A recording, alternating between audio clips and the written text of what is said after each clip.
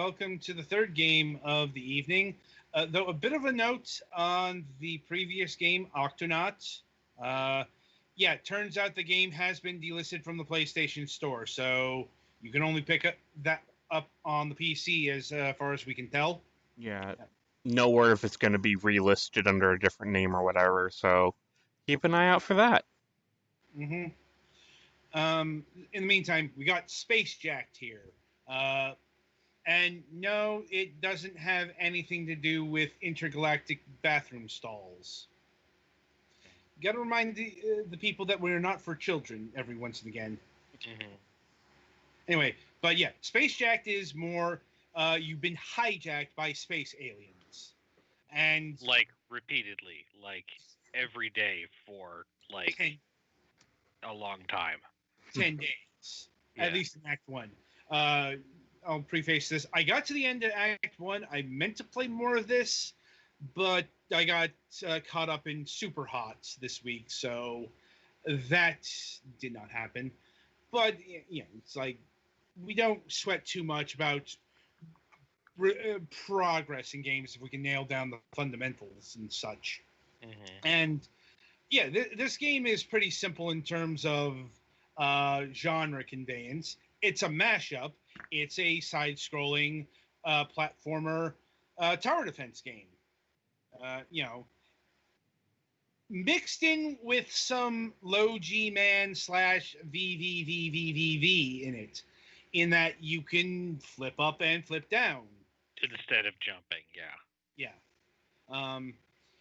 And this is also what I like to call an active tower defense game, in that your avatar, well, first of all, you have an avatar and you can shoot the enemies, as Petty is displaying right here. So your gun has significant overheating problems because it's not actually a gun; it's that little drone that's following you around. Right, and that is something you unlock over the course of the 10 days is the ability to upgrade your gun in various ways. More ammo, reducing the heat, the cooldown time, that sort of thing. Now, like in terms of mechanics, it's very standard. Like in terms of tower defense, it's a very standard tower defense game. If slid down to the bone, like you're only worried about 3 types of weapons here. Yeah, there are the tower defense aspect. I guess in terms of the literal, like what you have for towers, is a little bit limited. I think it actually, while that might be kind of basic, it does also expand significantly in other areas. Yeah. You're this Dave guy who do maintenance on the ship. You're on the same 4-room ship for, I believe, the whole game. No, I can't. Like the second act takes place in a space station. Well, at any rate, you're dealing with tower defense. Initially, it's pretty much just in one room at a time, but you can always freely teleport between the rooms, and later on, they do attack multiple rooms at the same time, and I assume that's also the case on the space station eventually. Right. Well, like I said, I got to there, but also the save thing is a bit borked because I completed Act 1, but it started me back on the final day when I reloaded my save. Yeah, I didn't get much further than a little after they start attacking you in 2 rooms at once because I initially, when I was playing, I was stuck for a long time because I thought that you were supposed to, even early in the game, when you have very limited resources, leave as many of your cannons in place as possible because you do lose a small amount of metal when you disassemble things. Yeah. The strategy. It turns out early in the game, particularly when there's only one room at a time, it's better to just sell off everything in the room when you're done with it. Mm-hmm. Yeah, what you were doing was more like mid to late tier strategy, which is which admittedly, I had a lot more luck with it. I was starting to go back to that a little bit later on when well, for one thing, you unlock after you rescue the first crew member, you unlock a side-scrolling shooter minigame to get extra metal between stages.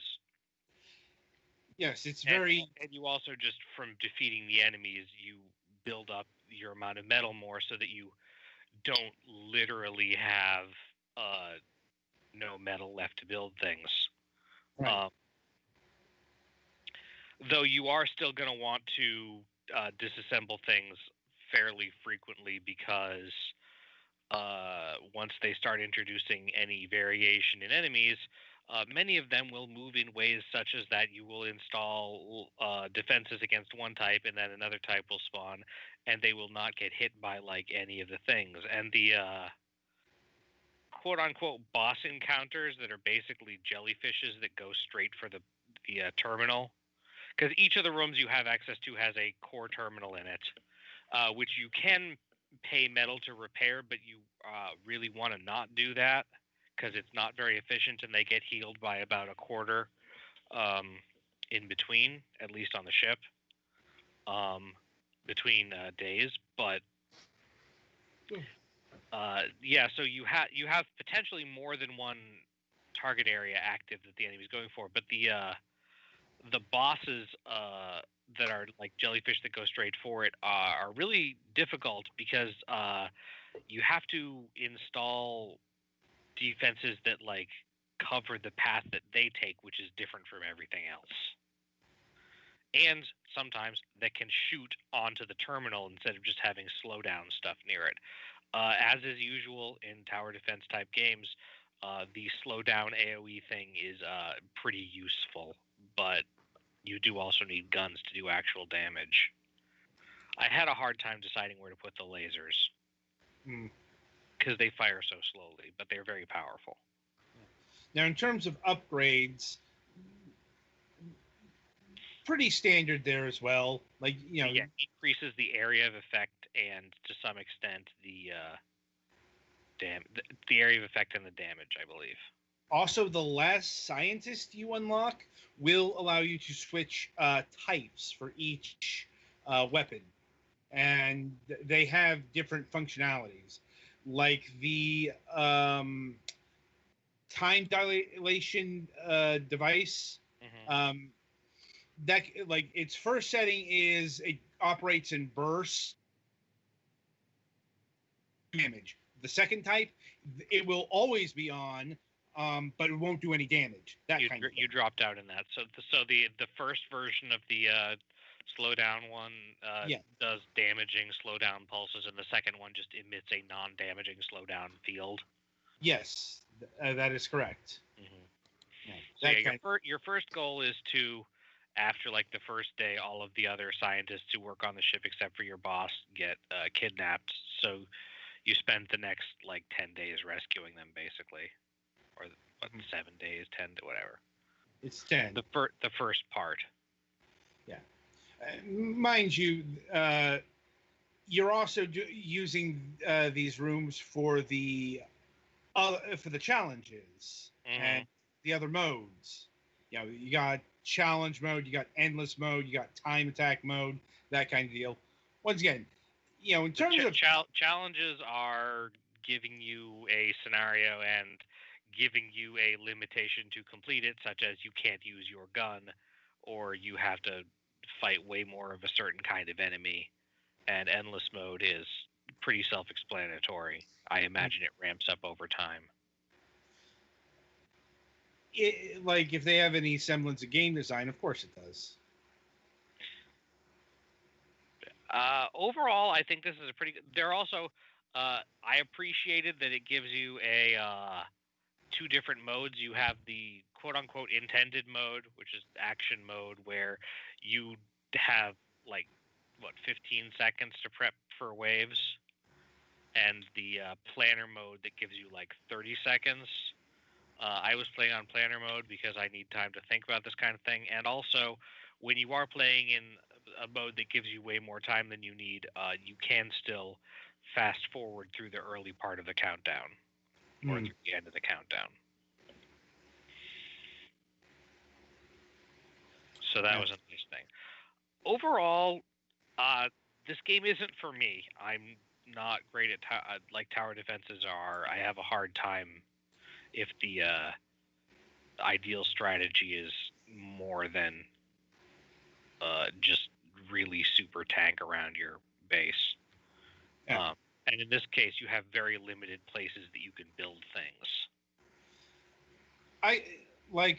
I'll give a second opinion on this. I found this to be a really surprisingly solid fusion of genres. It is. That's what I was going to say. Is it's not my kind of game, but I respect it a lot for what it's doing, and I do think that ultimately it did a good job combining the stuff that it did. Yeah, it's also the console versions were put out by Radolikia Games. We do tend to bang on about the type of game they typically put out, and once again, this is in their usual wheelhouse, but it's definitely got a lot more creativity and ambition and Oh yeah, it's not one of their basically a garden variety platformer, right? Or garden variety other thing games. And in terms of like its actual gameplay, really, once again, it's simple, but like the controls all work and stuff. Mm-hmm. Yeah, the controls are pretty snappy. Oh, there is a by default it's turned on that you can either press one of the shoulder buttons to flip, or you can press up or down, but you can turn off being able to flip by pressing up and down. Right. So I used up and down for this.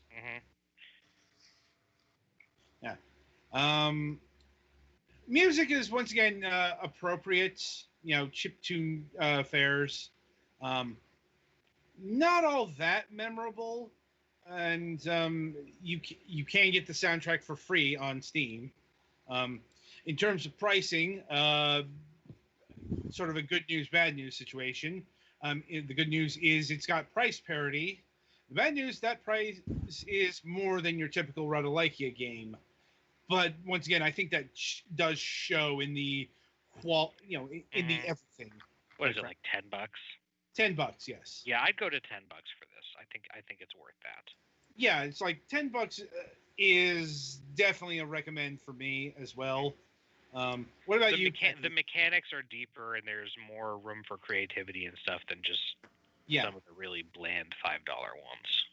Yeah, it's a bit more, but I think I do think you see that, or if you don't see it, you will experience it if you pick this up. What about you, Petty? You've been playing the game while we've been blathering on. What are your thoughts, if any, on Spacejacked? I think it's interesting.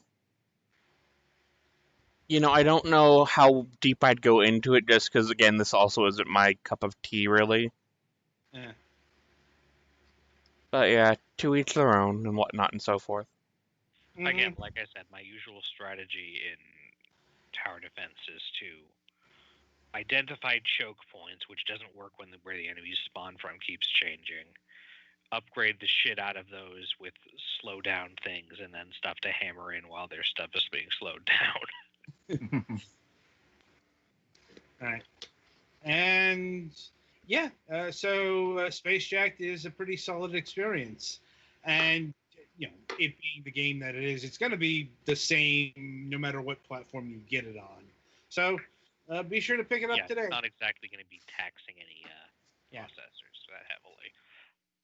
And yeah, that'll about do it for Spacejacked here. Be sure to tune in after the break, as Twilight will be reviewing Tidal Tribes.